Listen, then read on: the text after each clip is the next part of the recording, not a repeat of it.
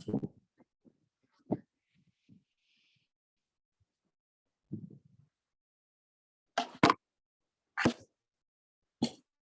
वाले पार्ट में लिखिए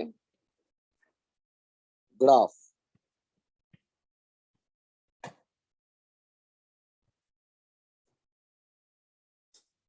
पहला पहचानिए straight line y equals to mx plus c ax plus by plus c equals to 0, x by a plus y by b equals to 0, 2x plus 3y plus 7 equals to 0, x equals to 5, y equals to 9। ये सारे हो गए straight line. दूसरा जो important है, इसमें condition क्या देखेंगे? Maximum power of x is 1 and y is 1। दूसरा आपसे कहा जाता है पैराबोला। इनके लिए कंडीशन है maximum power of x is 1, maximum power of x is 1 and y is 2, और x is 2 and y is 1। ये ध्यान रखिएगा पैराबोला के लिए शर्त। जैसे y square equals to 10x या x square equals to 10y, तो यहाँ इनसे डायग्राम की जान पहचान करनी। जो स्क्वायर होगा उस एक्सिस के अबाउट ग्राफ सिमेट्रिक होगा। इनके चित्र को देखिए, ये नहीं 1 डिग्री वाले के क्रॉस y का प्लस वैल्यू रखेंगे तब भी x का जो वैल्यू होगा, y का माइनस रखेंगे तब भी जो x का वैल्यू होगा वो सेम। तो ये इस तरह का ग्राफ बनता है और इनफाइनाइट तक जाता है। क्वाड्रेटिक इक्वेशन का ग्राफ पैराबोला होता है। हाँ, इसे हम कहते हैं पैराबोला। तो ये दोनों पहले पहचान लीजिए, और इसके बाद इनके दो अपोजिट वाले हैं। एक ऐसे, इसका ग्राफ मैं कह देता हूं y square equals to minus 10x। उसी तरह एक ग्राफ ऐसे है, इसका भी कह देता हूं x square equals to minus 10y। In general जो बालक ने कहा वो अच्छा आइडिया है, x square plus bx plus c equals to y। ये या ay square plus by plus c equals to x, ये भी पैराबोला है, ये भी पैराबोला है। ध्यान दीजिएगा। तो ये सारे ग्राफ, इनके लिए शर्त क्या है? शर्त देख लीजिएगा कि y का जो मैक्सिमम वैल्यू 2 हो और x का 1, या x का 2 हो और y का 1, ऐसा जब सीन बने तो वो कहलाता है पैराबोला।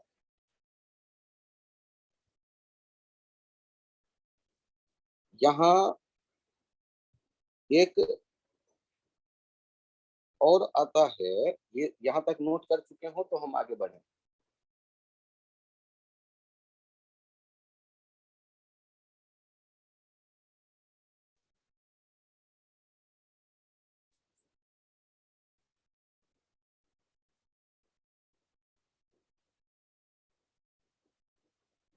यस सर, कर लिया।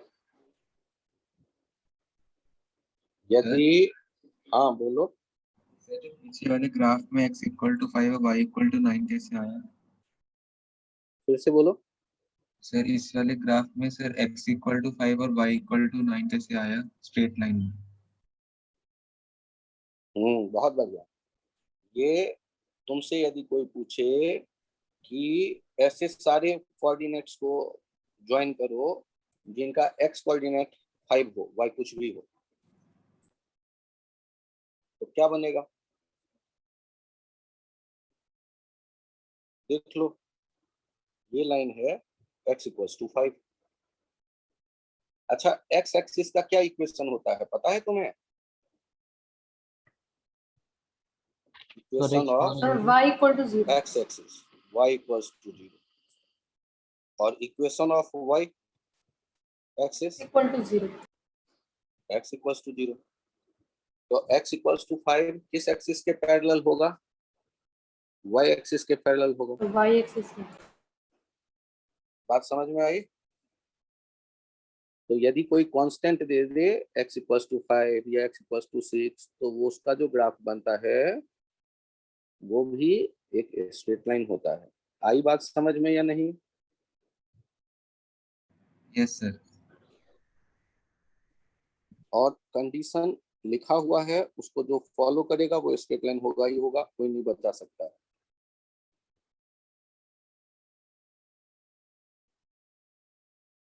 यहां देखना, तीसरा एक curve x y equals to constant, इसके लिए कहते हैं रेक्टेंगुलर हाइपरबोला। ये y और x का प्रोडक्ट कांस्टेंट है, तो ये ऐसे देखो, एक बढ़ेगा तो दूसरा घटेगा, उसका जुड़वा भाई इधर रहता है। कभी कभी इसको दिखाते भी हैं, कभी नहीं भी दिखाते हैं। रेक्टेंगुलर हाइपरबोला,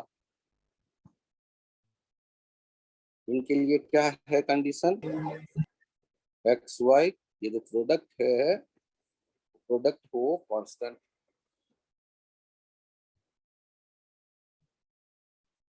सर ये नाम क्यों बता रहे हो?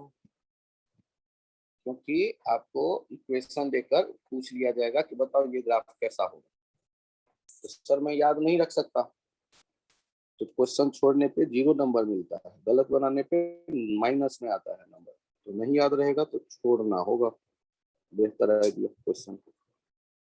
रेक्टेंगुलर हाइपरबोला, और इसके बाद देखते हैं जो हमारे लिए जरूरी है, x square plus y square equals to a r square, जैसा ये भी रिलेशन आ रहा है, तो ये बन जाता है और सर्कल सर्कल। और x square by a square plus y square by b square equals to 1 यदि रहता है, इसे कहते हैं एलिप्स। और ये 3 का डैश एक होता है, या ये 6 कह देता हूं।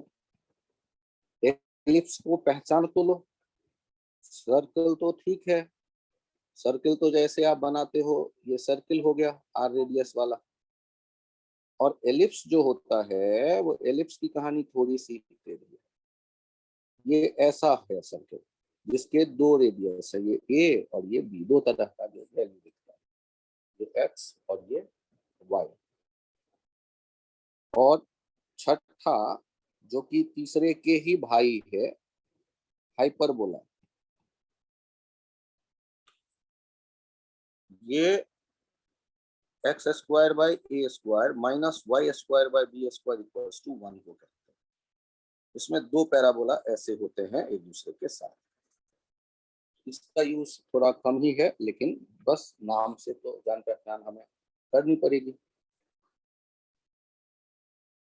ये hyperbola x square by, hyperbola के लिए मैं इक्वेशन फिर से लिख दे रहा हूँ,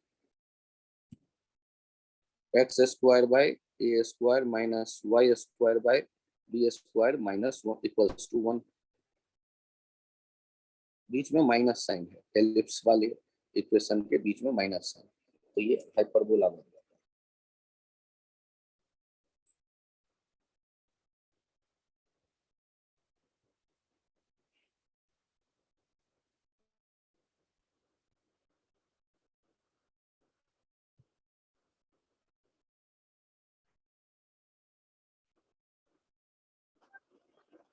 चेंज करूं?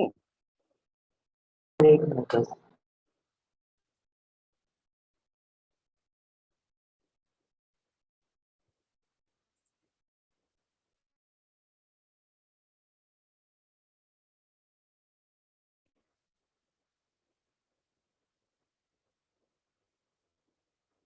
अब यहाँ देखिए, अब यदि आपसे साइन थीटा के बारे में मैं बात करूं, तो ये -1 और +1 के बीच में ही तो रहता है। Yes sir. तो y equals to sine x का ग्राफ कैसा बनेगा? तो कितना भी बदल लोगे, ये +1 और -1 से तो हटेगा नहीं। 0 से शुरू होगा, बढ़ेगा, फिर -1 तक आएगा। तो ये ग्राफ जान पहचान करो इससे, y equals to sine x। ऐसे ही देखो तो y equals to cos x, कैसा बनेगा ग्राफ बताओ? तो ये भी +1 -1 के बीच में होगा, और x 0 जब रखोगे तो y का वैल्यू मैक्सिमम 1 होगा, तो ये 1 से शुरू होगा। कितना सा अंतर है। अच्छा ये बताओ, y equals to minus sine x कैसा होगा? तो पहले ये किधर बढ़ता जाएगा, x 0 1 2 3 4 30 45 60 90 करते जाओ, -1 तक जाएगा पहले। ये नीचे की माइनस तरफ वन आएगा। से शुरू होगा। हाँ नहीं नहीं नहीं, -1 से थोड़ी ना शुरू होगा, 0 से शुरू होगा, लेकिन पहले माइनस की मतलब तरफ वही जाएगा। मतलब था कहने का। हाँ, और y equals to minus cos x का क्या कहानी होगी, ये बताना। ये कहाँ से शुरू होना चाहिए, सर ये +1 से या -1 से -1 स्टार्ट से? होगा। हाँ, -1 से स्टार्ट होगा, और ऐसे ही घटता बढ़ता जाएगा। इसके भी जान पहचान आपने कर लिया, साइन x cos x या minus sine x minus cos x वाला ग्राफ।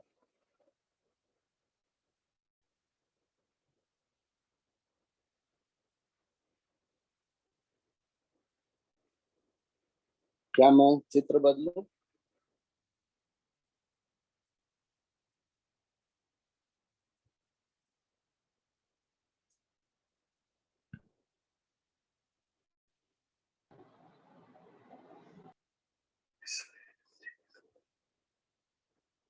चित्र बदलूं? Yes sir. यहाँ सर एक बार देखिए, दिखा दीजिए उसकी वेबसाइट।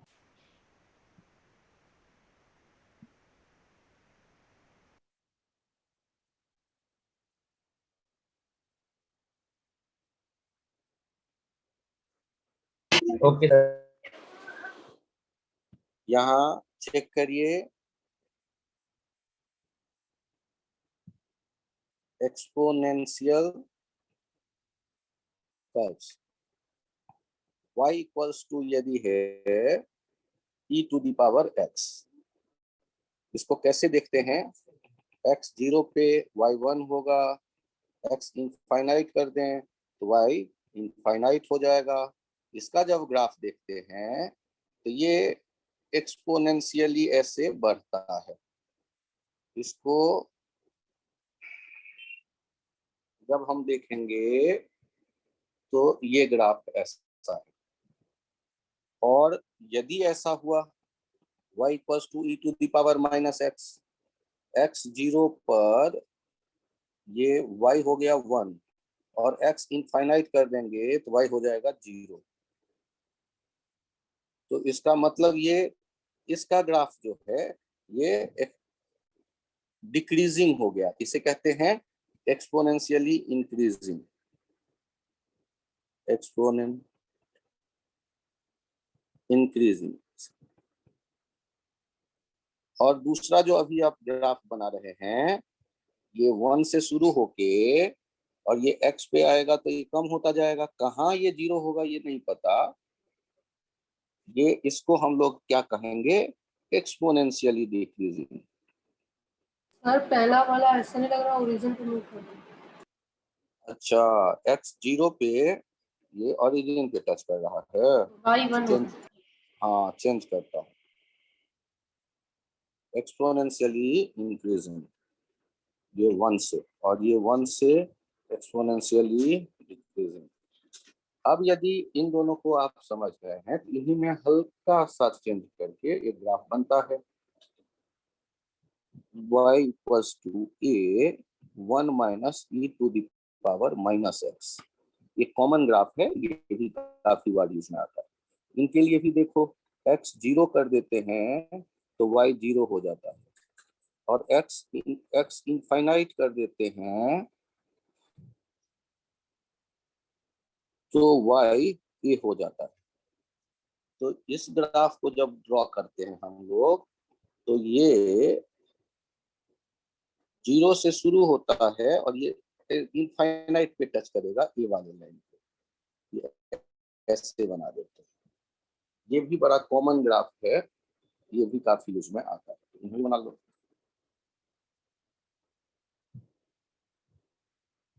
इनसे धीरे धीरे हमारी जान पहचान बढ़ेगी इन ग्राफों से।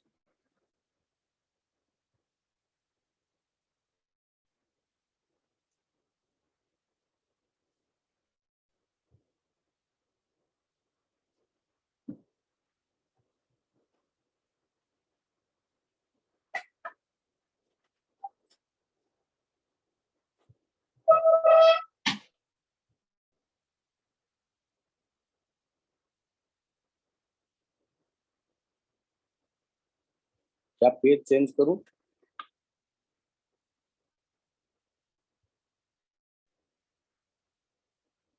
एक सेकंड।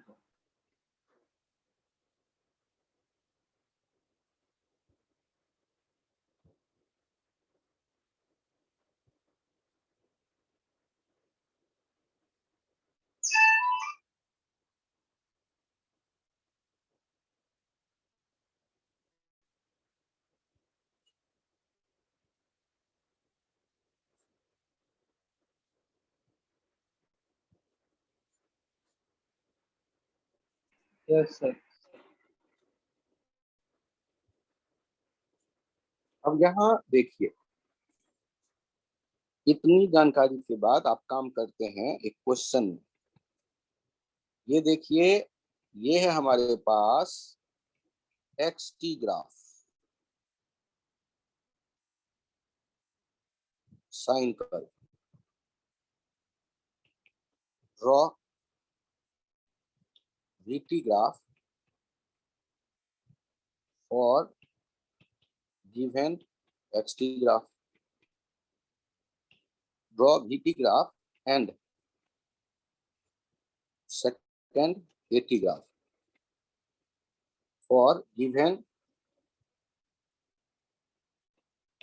X t graph. तो मुझे बताइए,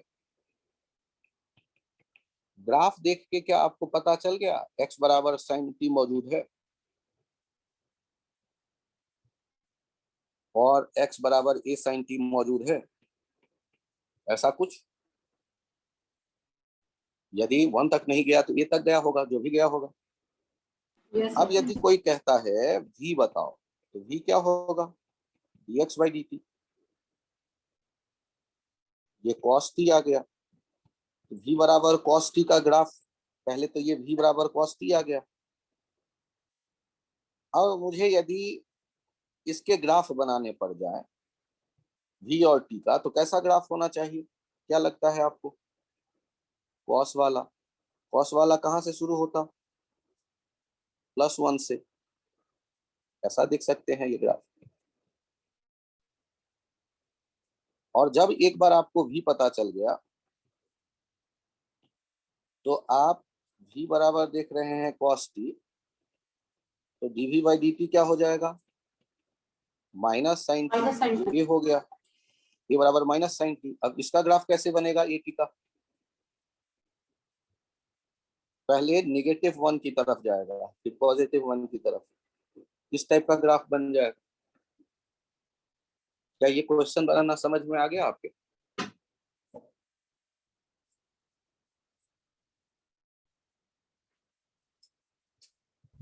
सर एक बार दोबारा बता दो। एक बार आप मुझे ये बताइए कि इसमें इस चारों ग्राफ से आपकी जान पहचान हुई या अभी नहीं हो पाई? हाँ सर ये आ गए समझ। नहीं, ठीक से देख लो। y प्लस साइन x का मतलब पहले +1 पे जाएगा, 0 से शुरू होके +1 पे जाएगा, या 0 से शुरू होके पहले -1 पे जाएगा। y इक्वल्स टू यदि साइन x है पहले +1 की तरफ जाएगा, ऊपर जाएगा पहले 0 से शुरू होके, और y बराबर माइनस साइन x होता तो किधर जाता? x बदलते जाओ, 0 degree, 30 degree, 90 degree, x 90 degree पे पहुंच करके क्या हो जाता? 1 -1 हो जाता फिर y का वैल्यू।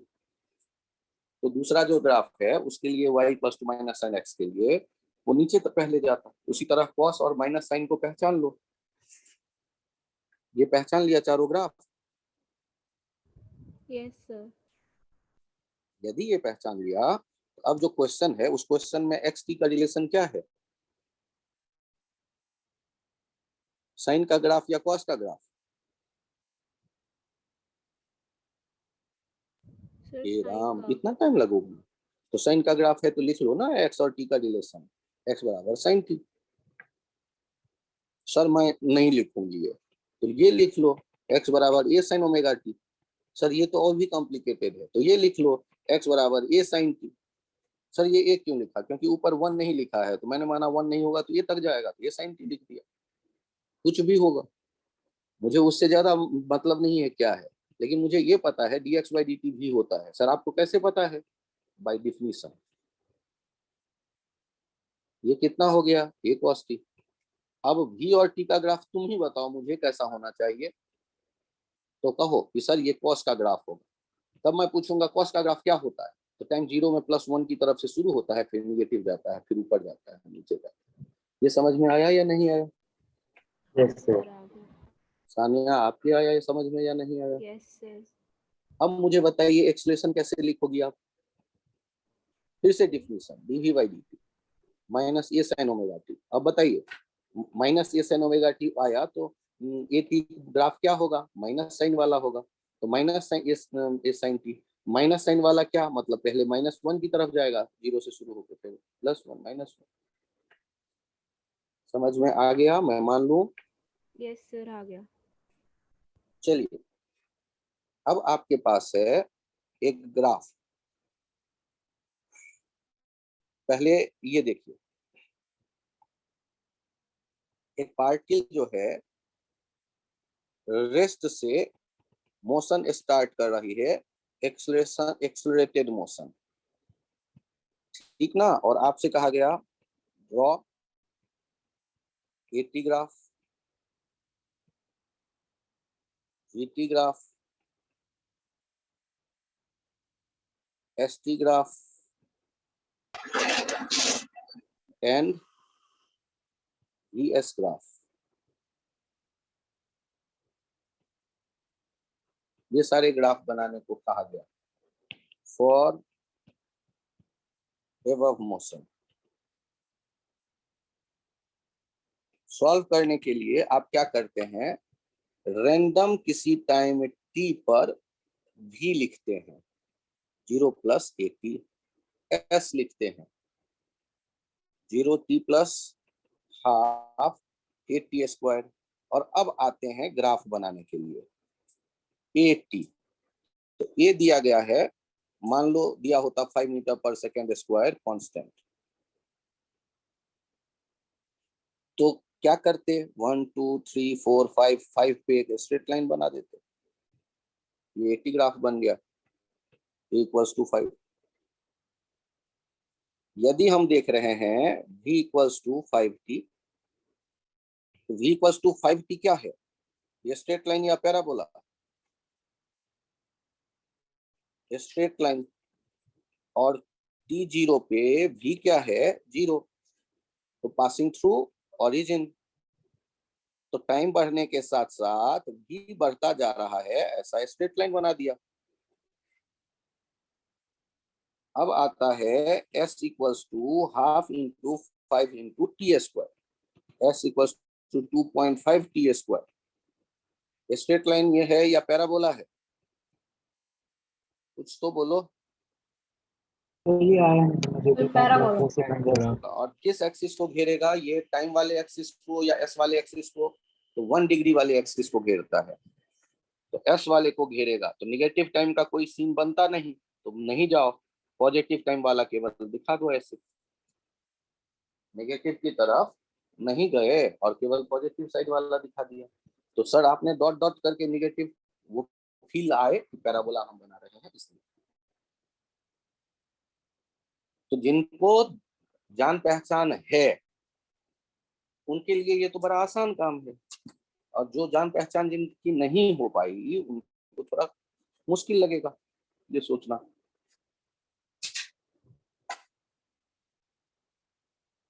अब भी एक बाकी है, ये हो गया, वीटी हो गया, एसटी हो गया, वीएस। वीएस की कहानी, v square equals to 0 square plus 2 into 5 into s. V square equals to 10s। अब सोच के बताइए, ये वीएस ग्राफ, ये वी और ये एस कौन से एक्सिस को घेरने वाला है? 1 डिग्री वाले एक्सिस को घेरता है, क्योंकि प्लस भी और माइनस भी दोनों पे एस के सेम वैल्यू आएंगे, तो एस एक्सिस के अबाउट सिमेट्रिक होगा कर। तो एस एक्सिस को घेरने वाला है, एस एक्सिस को घेरने वाला पैराबोला बना दो, 0 0 से गुजरने वाला। तो हम लोग देखेंगे वीएस ग्राफ स्ट्रेट लाइन नहीं पैराबोला होगा। पहचान जान पहचान तो कर लो पहले कि ये पैराबोला है, वो पहले पसंद तो आ जाए कि पैराबोला। पैराबोला क्यों बोलेंगे इसे? क्योंकि एस का डिग्री 1 है और वी का डिग्री 2 है।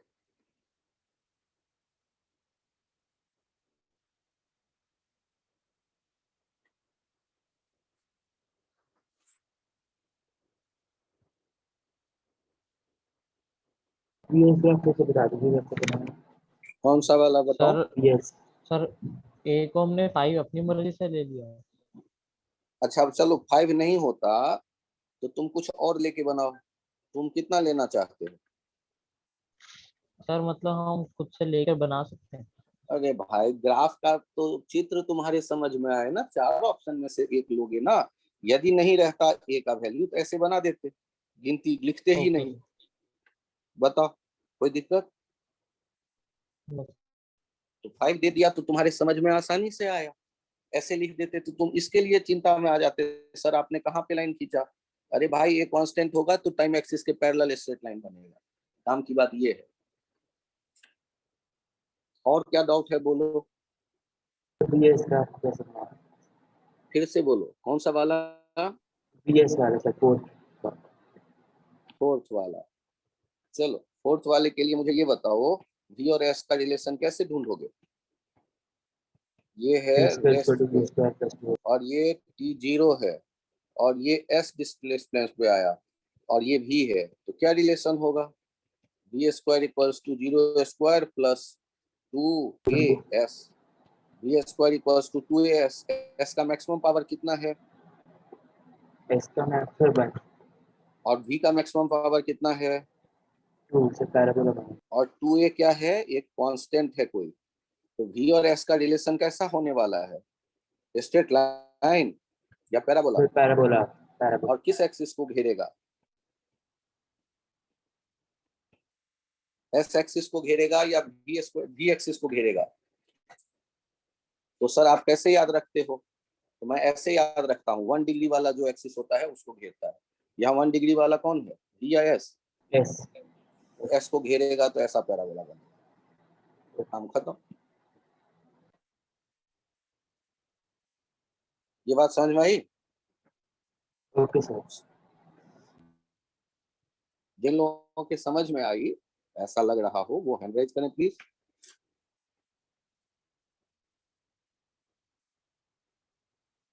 बहुत बढ़िया। प्रियांशु, तुषार, यश, ऋषिकेश, कुणाल, आदित्य, सान्या, सुमित, अर्नब, ध्रुव, शुभम, शुभ्रांशु, कुणाल, यश, सुदीप, लव, आदित्य और अर्नब। अर्नब कंफ्यूजन ज्यादा, सूरज, आदित्य मिश्रा, आदित्य मिश्रा, अर्णव कुमार, सर आ गया समझ में। बहुत बढ़िया। आदित्य मिश्रा, फिर आ गया समझ में खूबी। बहुत बढ़िया। अब यहाँ एक और इम्पोर्टेंट पॉइंट देखो, if a great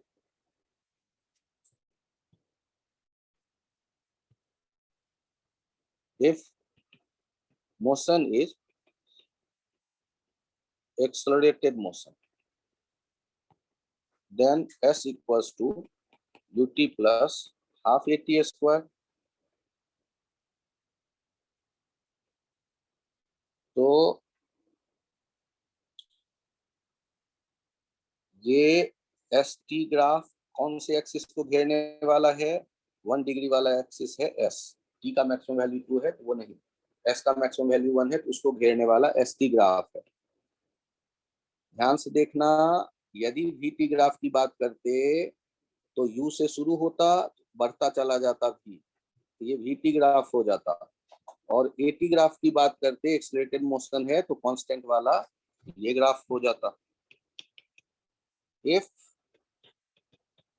motion is retarded motion, ये v equals to u plus a t वाला हो गया, और ये हो गया ये कांस्टेंट वाला ग्राफ। यदि रिटार्डेड मोशन है देन ध्यान से देखना,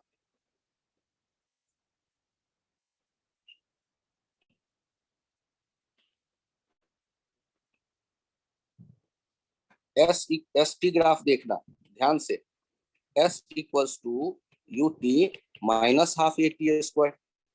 ये s पहले बढ़ेगा और फिर घटने लगेगा, और जहां से घटना शुरू करेगा वहां मैक्सिमम जहां पर पोजीशन है वहां स्लोप क्या हो गया होगा? जीरो। स्लोप माने जीरो का स्लोप होता है ds by D T. ds by D T मतलब भी यदि रिटार्डेड मोशन होता है तो पार्टिकल आगे जाकर कहीं रुक के फिर वापस आता है, तो डिस्प्लेसमेंट जो होगा वो कुछ इस तरह का दिख रहा होगा। वीटी ग्राफ कैसा होगा? ध्यान से देखिएगा, v बराबर क्या होगा? u minus A T. तो ये भी पहले कुछ वैल्यू रहा होगा u, और टाइम के साथ वो बढ़ेगा नहीं, घटता चला जाएगा। ये ऐसे नेगेटिव में भी जा सकता है।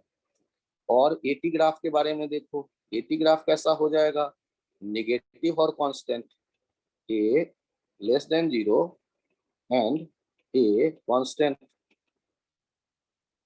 तो आप ग्राफ देख के तुरंत में भी तीनों को एक साथ दिमाग में रख सकते हैं। यदि कह दिया गया है ये पैराबोला, तो तुरंत आपके दिमाग में आ जाएगा निश्चित रूप से कांस्टेंट एक्सेलरेशन का ग्राफ है। डिस्प्लेसमेंट नेगेटिव भी जा सकता है और डिस्प्लेसमेंट पॉजिटिव में भी रह सकता है। तो डिस्प्लेसमेंट के लिए आप यदि देखते हैं तो वो नीचे भी जा सकता है, इसके नीचे भी। और जहां पर हमने कहा कि मैक्सिमम डिस्टेंस जाके मुड़ के वापस आएगा, तो जहां से मुड़ेगा वहां स्पीड 0 होगा, slope 0, slope minus ds by dt। और एस टी ग्राफ का स्लोप क्या देता है? एस टी ग्राफ का स्लोप देता है वेलोसिटी। तो मैक्सिमम हाइट पे देखिए ना, एस टी वाला जो ग्राफ बना वहां 0 दिख रहा है। ये ग्राफ कॉमन, फिर से बताइए। एस टी वाला ग्राफ में आया है, स्लोप वाला।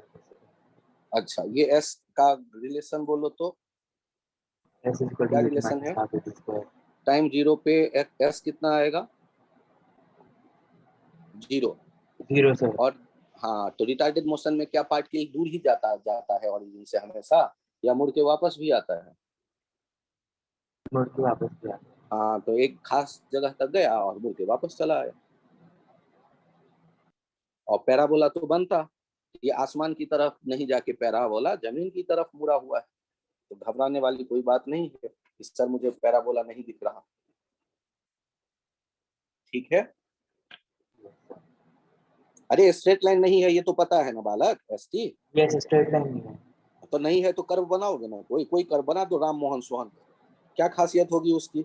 एक खास डिस्टेंस तक जाएगा फिर वापस आएगा। क्यों? क्योंकि रिटार्डेड मोशन। Okay sir. और वी टी ग्राफ कैसा बनेगा?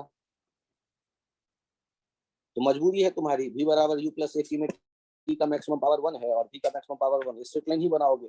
और दिमाग क्या कहता है कि टाइम 0 पे u से शुरू करोगे और कम होता जाएगा, रिटार्डेड मोशन है तो कम होता हुआ कोई भी ग्राफ तो नहीं बनाओगे, क्या बनाओगे, स्ट्रेट लाइन, तो नीचे जाते जाओ। तब पूछो सर ये कैसे सोचा, तो रिटार्डेड मोशन है तो एक का वैल्यू यदि -5 मीटर पर सेकंड स्क्वायर टाइप होता तो उसका कैसा ग्राफ बनता, तो -5 पे जाके एक लाइन खींच देते, हॉरिजॉन्टल, खींच दिया मैंने। फिर से बोलो क्या डाउट है।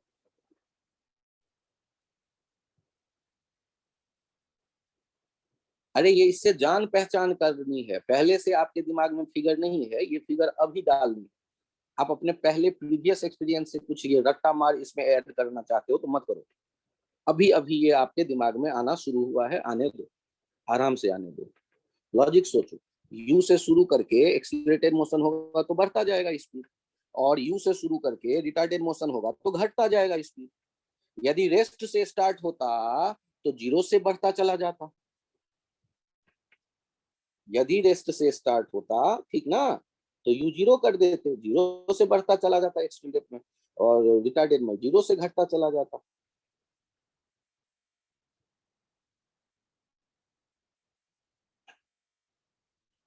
चेंज करूं पेज? Yes sir. जिन लोगों को लगता है कि ये सेट हो जाएगा दिमाग में, मतलब सेट हो जाएगा, मैंने समझ की बात यहाँ थोड़ी कम की है, वो हैंड राइज करूं। एक बार मैं हटाता हूं, पहले से कई लोगों का हैंड राइज है, अब हैंड राइज करूं।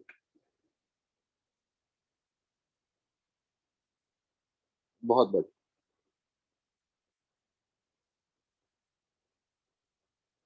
सान्या, इसमें कौन से पॉइंट में एक बार और समझाऊं आपको, बताएं प्लीज। सर मैं हैंड रेज ही कर रही थी, वो एक्चुअली क्लिक नहीं हो रहा था। अच्छा कोई बात नहीं, मतलब समझ में आ गया, मान लूं। Yes sir. बहुत बढ़िया, बहुत बढ़िया। अर्णव, आपके समझ में आ गया है, मैं मान लूं? Yes sir. बहुत बढ़िया। अब एक और इम्पोर्टेंट पॉइंट यहां पर है, ध्यान देना।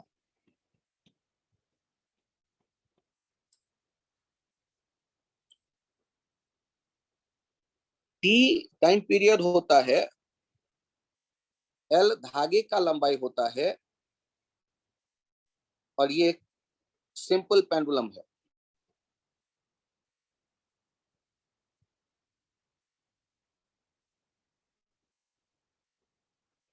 आपसे कहा गया draw first t square L graph, second t root L graph, third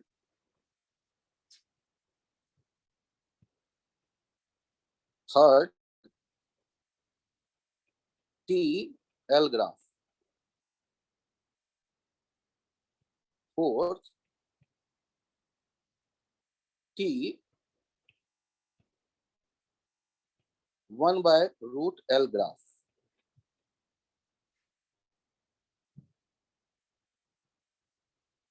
आपको ये ग्राफ कुछ बनाने हैं, तो अब आप टेंशन में आ गए कि एक ही इक्वेशन से इतने ग्राफ बनाएंगे सर आप, एक ही इक्वेशन से 100 ग्राफ बनाए जा सकते हैं, तो ये बनते कैसे हैं, ये टेक्निक इंपॉर्टेंट है। यदि ये आप समझ जाएंगे तो आप एक लेवल और ऊपर आ जाएंगे ग्राफ के सोचने के क्रम में। पहले मुझे ये बताइए, जब हम सोचना शुरू करेंगे तो दिया गया रिलेशन से ही शुरू करेंगे। पहले ग्राफ के बारे में सोच रहे हैं, मुझे टी स्क्वायर चाहिए, मैंने दोनों तरफ स्क्वायर कर दिया, और मुझे ये देखकर पता चल गया यदि टी स्क्वायर हम वाई एक्सिस पे रखने वाले हैं, टी स्क्वायर कहाँ रखने वाले हैं, वाई एक्सिस पे, 4π² एक कांस्टेंट है, और एल को रखने वाले हैं एक्स एक्सिस पे, तो कैसा ग्राफ ये बनने वाला है बताएं तो।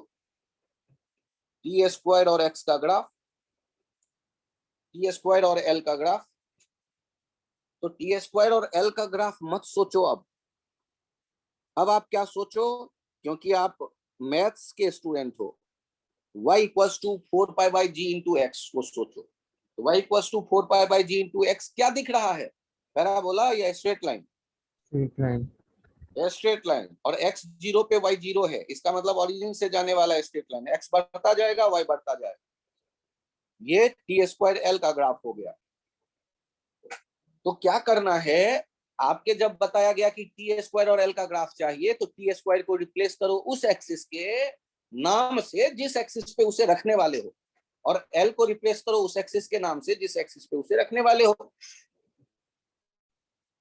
Yes sir. तो सर आप दूसरे वाले का क्या करने वाले हो? दूसरे वाले के लिए देखो, टी इक्वल्स टू है 2π/√L/g, टी इक्वल्स टू है 2π/√g इंटू रूट एल। अब मुझे बताओ किस एक्सिस पे किसको रखने की सोच रहे हैं मन ही मन? ये मैं वाई एक्सिस पे रखना चाहता हूँ और इसको मैं मन ही मन एक्स एक्सिस पे रखना चाहता हूँ, रूट एल को। तो अब बताओ कि टी और रूट एल का ग्राफ कैसा बन गया?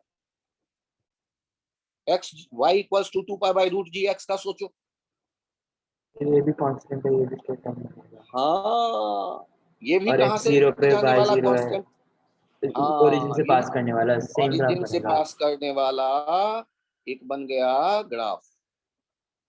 अब आपके मन में आएगा विचार कि सर आप कुछ मत बोलो, तीसरा भी स्ट्रेट लाइन में बना देता हूं, और फिर मैं कहूंगा आपका गलत हो गया। देखो, t इक्वल्स टू है 2π/√L/g। आप क्या करते हो, t इक्वल्स टू लिख देते हो 2π/√g रूट एल। अब आप रखते हो यहाँ y, ये 2π/√g, और यहाँ रखते हो l के बदले x। y स्क्वायर कितना हो गया? 4π²/gx। अब बताओ तो ये ग्राफ कैसा बनने वाला है? सोचो, ये y और y स्क्वायर और x दिख रहा है, y का मैक्सिमम पावर। हाँ, तो t और l का जो ग्राफ बनने वाला है, वो t और l का जो ग्राफ बनने वाला है वो यहाँ पैराबोला बनेगा। और किसको घेरने वाला है? x, मतलब l वाले एक्सिस को 1 डिग्री में है ना, घेरने वाला है। ऐसा बनेगा ग्राफ। सर हमें टीएल ग्राफ बनाना था, तो हम y नहीं बनाएंगे? बालक आराम से, आराम से। तो तुम किसका ग्राफ बनाना चाहते हो? टीएल का। तो किसके बदले y रखोगे? टी के बदले। और किसके बदले x रखोगे? एल के बदले। जबकि जब तुमने टी और रूट एल का ग्राफ बनाया था, तो रूट एल के बदले x रखा था और टी के बदले y रखा था। बात समझ में आई? नहीं सर, ये नहीं। अच्छा, क्या नहीं समझ में आया? कौन सा ग्राफ बनाना है तुम्हें यहाँ, ये तो बताओ। टीएल ग्राफ बनाना है सर यहाँ पे। बड़े अच्छे बच्चे हो, कम से कम इतना तो पता है कि टीएल ग्राफ बनाना है। बड़ी खुशी की बात। 2π/√L/g। अब बताओ, टी एल ग्राफ बनाते वक्त किसको किससे रिप्लेस करना सिखाया है? टी को y से और एल को x से। रिप्लेस कर दो। अब बताओ, इस चित्र को, इस ग्राफ का नाम जानते हो तुम? हाँ या ना में केवल जवाब कहो ना। y का स्क्वायर कर दो, y² 4π² x/g। अब इसका नाम जानते हो? ऐसा कभी देखा है? ये कहीं देखा है? y का मैक्सिमम वैल्यू कितना है? मैक्सिमम पावर 2, और x का मैक्सिमम पावर क्या है? 1। तो ये जो y² और x का ग्राफ बनाओगे, y और x का ग्राफ बनाओगे, वो किस एक्सिस को घेरने वाला बनेगा? x एक्सिस को घेरने वाला। तो y के बदले अब क्या रख दो? t, और x के बदले क्या रख दो? l। Okay sir. ये सबके समझ में नहीं आता, ना ही ये किताबों में सिखाया जाता है, ये पहले बता दो। क्यों? क्योंकि ग्राफ काम में आता है फिजिक्स में, और जब इसको मैथमेटिकल वे में कहीं आप लिख रहे होते हो, तो वहां केवल मैथमेटिक्स चल रहा होता है। तो आप ध्यान से सुनो, कुछ नाम आपको पता है और एक ही क्वेश्चन को अलग अलग फॉर्मेट में जब आप ग्राफ बनाओगे तो उसके चित्र रूप बदलते दिख सकते हैं। मजे तो और आने वाले हैं आगे। एक और ग्राफ है आपके लिए प्रतीक्षा में। एक और ग्राफ आपको बनाना है, T1/√L ग्राफ। इनको सोचते हैं। गिवन क्या है हमारे पास, T = 2π√L/√G। T into 1/√L = 2π/√G। T के बदले किसको रखें, Y को, और 1/√L के बदले किसको रखें, X को। और सर आगे गिवन क्या में क्या है, लिखा आपने? इसमें क्या रखा, रेक्टेंगुलर हाइपरबोला बोल रहे X और Y क्या आ गया, X और Y कांस्टेंट।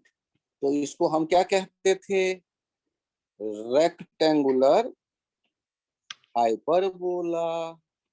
अब जिनको याद रहेगा वो तो समझ लेंगे, बाकी कुछ ना बोला कोई बात नहीं।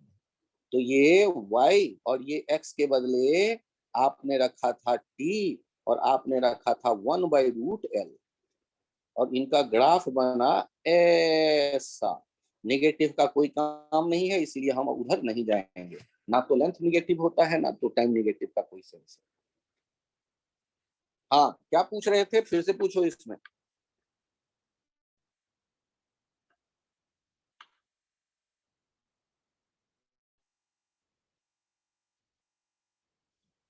ये आपका चौथा वाला ग्राफ था जो पूछा गया था।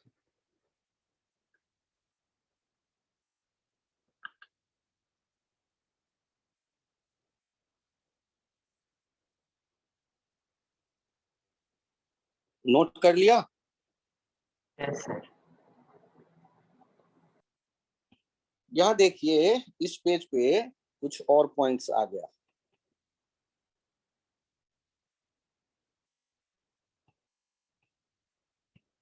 एक आ रहा है स्लोप dy/dx, और एक आ रहा है एरिया y/dx। इन्हें याद करना है, अगले टाइम पे फिर इसकी न्यूमेरिकल की प्रैक्टिस कर लेंगे, या घर में जो आपको होमवर्क मिलेगा उन पे आप प्रैक्टिस कर लीजिएगा। यहाँ देखिएगा स्लोप dy/dx, तो slope of xt graph equals to dx/dt equals to v। Slope of vt graph equals to dv/dt, जो हो जाता है acceleration a। Slope of pt graph, p है momentum, p momentum equals to dp/dt, ये हो जाता है फोर्स। स्लोप ऑफ कुछ तो, चलो यहाँ तो इतना तो दिखा, एक लाइन खींचते हैं।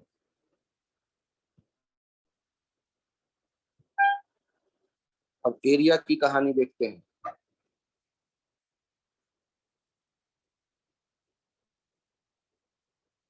एरिया देखना y/dx, ध्यान से देखो, dx/dt होता है v, dx हो गया v/dt दोनों तरफ। तो v/dt जो हो गया, तो v/dt जो एरिया देगा, ये एरिया हो जाएगा v/dt area, area under vt graph, और ये dx है चेंज इन पोजीशन और डिस्प्लेसमेंट। ये पहला कंप्लीट हो गया। दूसरा देखिए, dv/dt होता है a, dv हो गया a dt, और a dt का नाम है एरिया अंडर at कर्व। ये क्या देगा, dv, dv क्या होता है, चेंज इन पोजीशन। और change in velocity, sorry, change in velocity. ये आपने एक और देख लिया, यहाँ एक और चेक करिए,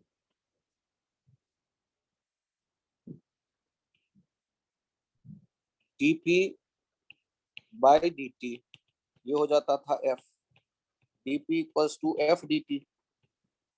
तो ये चेंज इन मोमेंटम ये हो जाएगा area under F T graph.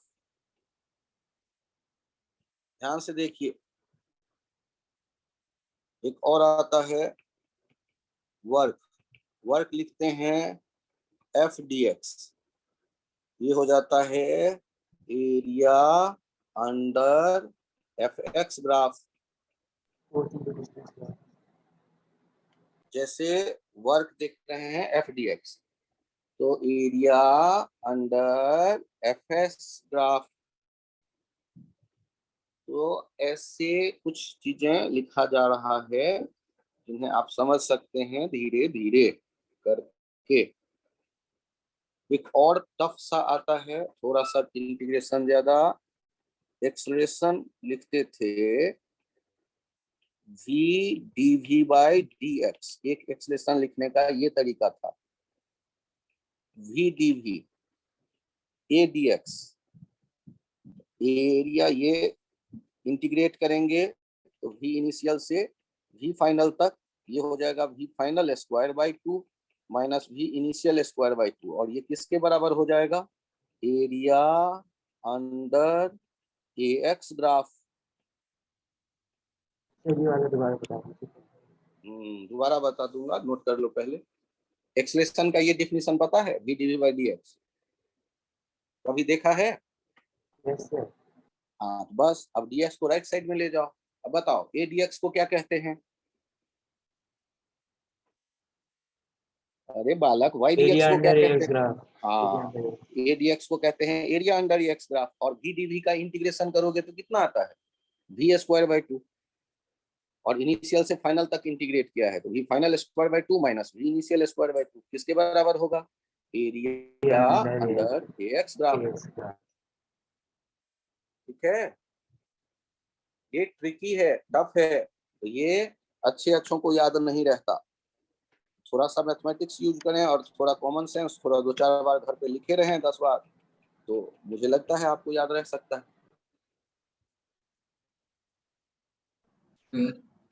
हाँ बोलो सर dx जो पहला वाला है उसके अंदर dx में इंटीग्रेशन का साइन नहीं आएगा?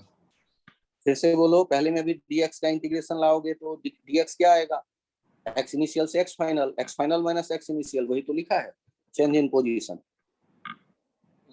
अब पूछो दूसरे वाले में भी सर इंटीग्रेशन लगाओगे तो हाँ ठीक है, v इनिशियल से v फाइनल, इंटीग्रेशन dv भी होगा, v final minus v initial, उसको क्या कहेंगे, चेंज इन वेलोसिटी। इंटीग्रेशन के बाद भी तो वही आएगा ना, v final minus v initial, उसी को तो मैंने लैंग्वेज में लिखा है, चेंज इन वेलोसिटी। क्यों? क्योंकि dv v final minus v initial होगा, dx x final minus x initial होगा। तो हर एक जगह मैंने इंटीग्रेट किया है, dp v final minus p initial होगा, उसी को तो लिखा है लैंग्वेज में, चेंज इन मोमेंटम। और ये वर्क डन वाला देख रहे हैं, एक कहीं भी fx का ग्राफ है तो fx का ग्राफ क्या देता है, एरिया अंडर fx ग्राफ। और एक पॉइंट ध्यान और रखिएगा कि जब आप डिस्प्लेसमेंट पता करते हैं तो मान लो कि ये vt ग्राफ होता, तो जो पॉजिटिव ऊपर का एरिया होगा वो पॉजिटिव डिस्प्लेसमेंट देगा, यहाँ जो एरिया होगा वो पॉजिटिव डिस्प्लेसमेंट देगा, और यहाँ जो एरिया होगा वो निगेटिव डिस्प्लेसमेंट देगा। मतलब टाइम एक्सिस के ऊपर जो एरिया बनता है वो पॉजिटिव डायरेक्शन में डिस्प्लेसमेंट कहाँ तक गया पार्टिकल वो बताएगा, और नीचे जो एरिया बनेगा वो निगेटिव डायरेक्शन में कहाँ तक जाएगा। ऊपर वाला एरिया यदि +10 है, नीचे वाला एरिया यदि +10 है तो -10 है, तो दोनों मिलके क्या हो जाएंगे, 0। तो टोटल डिस्प्लेसमेंट पूरे मोशन का 0, लेकिन टोटल डिस्टेंस कहेगा तो दोनों का मैग्नीट्यूड ऐड कर देंगे, जितना जाने का जितना आने का वो सारा जुड़ जाएगा, तो 10 और 10 20 हो जाएगा। तो अब ग्राफ वाले क्वेश्चंस को एक बार और ट्राई कर सकते हैं HCV में जो दिया हुआ है। और अब आपका होमवर्क क्या है, ध्यान से सुनिए। आप अपने एक्सरसाइज शीट में जाएंगे और शुरू के एक्सरसाइज शीट मैं शेयर कर दूंगा, जिज्ञान वाला काइनेमेटिक्स का एक्सरसाइज शीट, और उसके एक्सरसाइज 1 में जाके शुरू के 30 क्वेश्चन ट्राई कर लेंगे आप लोग। शुरू के 30 क्वेश्चन ट्राई कर लेंगे, उसमें भी जो स्ट्रेट लाइन मोशन वाला होगा, मैं अभी तुरंत नहीं देखा है, तो लगभग 30 आपको कह रहा हूँ, स्ट्रेट लाइन मोशन वाला। और उधर जो HC वर्मा में था लास्ट का 23, 24, 25, 26, वो बैलून वाला क्वेश्चन होगा, वहां तक ट्राई कर लीजिएगा, 25, 26 तक आई थिंक 4 क्वेश्चन वहां से। और एक प्रैक्टिस पेपर मैं दे दूंगा जिसमें सॉल्यूशन भी होगा, उसको केवल देख लीजिएगा, ऑब्जर्व कर लीजिएगा। 10 क्वेश्चन का होगा वो प्रैक्टिस पेपर। अभी के लिए इतना ही। Thank you, bye bye. Thank you sir.